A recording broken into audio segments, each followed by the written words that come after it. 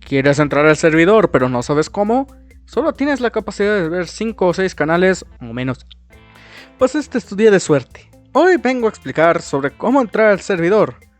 Por cierto, a ver si me pongo a hacer el subtitulado en inglés para el resto del video. Cuando apenas vas entrando al servidor y después de pasarte la cosa de los ficheros, puedes entrar directamente hacia el servidor, el cual solo vas a ver pocos canales debido a una opción obligatoria.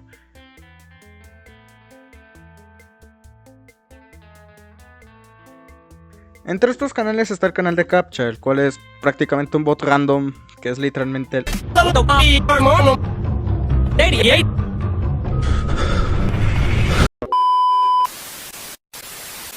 Obviamente presionas el botón que no eres un robot para luego que nos mande este mensaje.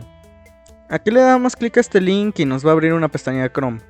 Acá es donde comienza esto, porque para verificar el CAPTCHA debemos iniciar sesión de manera normal, de Discord obviamente. Luego, lo que vamos a hacer es... ¡Ah! Perdón, no sé por qué a la página no le gusta que use el adblocker. Pero bueno, lo que vamos a hacer es dar clic a este botón de aquí para luego mantener pulsado. Si estás en una VPN o en modo incógnito, tienes que resolver el CAPTCHA. Finalizando todo este rollo, puedes entrar de vuelta al Discord y verás el resto de los mensajes. En fin, espero que esto no haya sido muy confuso, que nos podamos ahora sí salir del purgatorio de canales de los nuevos. En fin, nos vemos, chao.